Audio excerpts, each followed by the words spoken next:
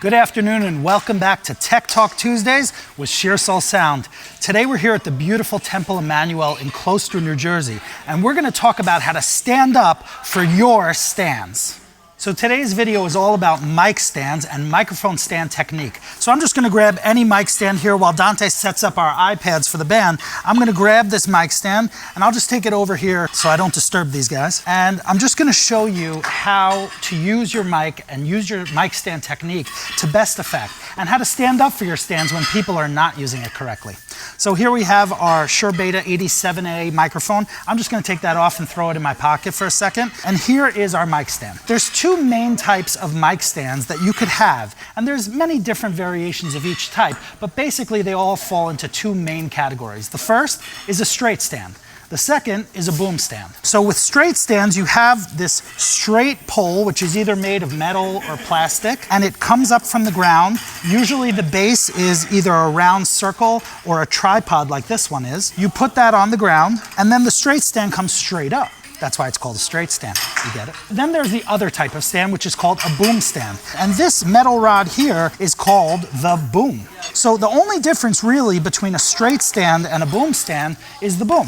Actually, I'll show you. If I unscrew this, all you're left with is a straight stand. When I screw that boom back on, the boom actually gives you a lot of options for how to adjust your stand to your favorite effect. So if I'm a singer, I'm going to have my mic straight on the boom here, and this is obviously too high. With a straight stand, you would bring this down this way. But with a boom stand, you have many options. You could adjust it this way, you could adjust it this way, and that's what we're going to talk about in this video, is how to stand up for your stands. When people don't know how to use it, and they mistreat it, and they just grab it and they pull it, that's going to really reduce the effectiveness of the stand, and it's going to reduce how long the stand lasts as well. So let me show you the 3 adjustments you can make on a typical boom stand. Adjustment number 1 is on the straight component. This is a tightening and loosening rod. You tighten it, and when you get the height you like, you just lock it in place. And now it won't move. If I want it lower, lock it in place. If I want it higher, I can do the same thing. That is our first adjustment on your stand. If you find that people are pulling this up and down and not adjusting this lock, it's your responsibility to teach them how to adjust the mic stand so you could stand up for your stands. The next adjustment is on the boom arm. I have this metal rod here that twists, and you could adjust it, loosen it, and that allows the boom to move. I can move the boom more upright, so it's almost like a straight stand, or I could move the boom further down, so it's almost like a right angle. That gives us infinite opportunities to adjust our stand.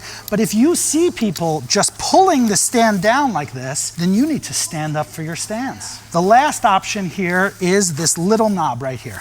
And every mic stand company is slightly different, and their knobs may look a little different, but this one basically allows you to extend the boom longer or shorter. In this case, the boom is very short, and I could still change the boom length and adjust it to whatever I want. Maybe for a saxophone, I'd have it set up like this. And maybe for a singer, I would have it set up more like that. But this allows you to lock that in place. And these are the 3 main adjustments that you have on a boom stand. Number 1, number 2, and number 3. If you see people coming up to your mic stands and bending them and pulling them and yanking them and not making these adjustments correctly, they're going to damage your stand.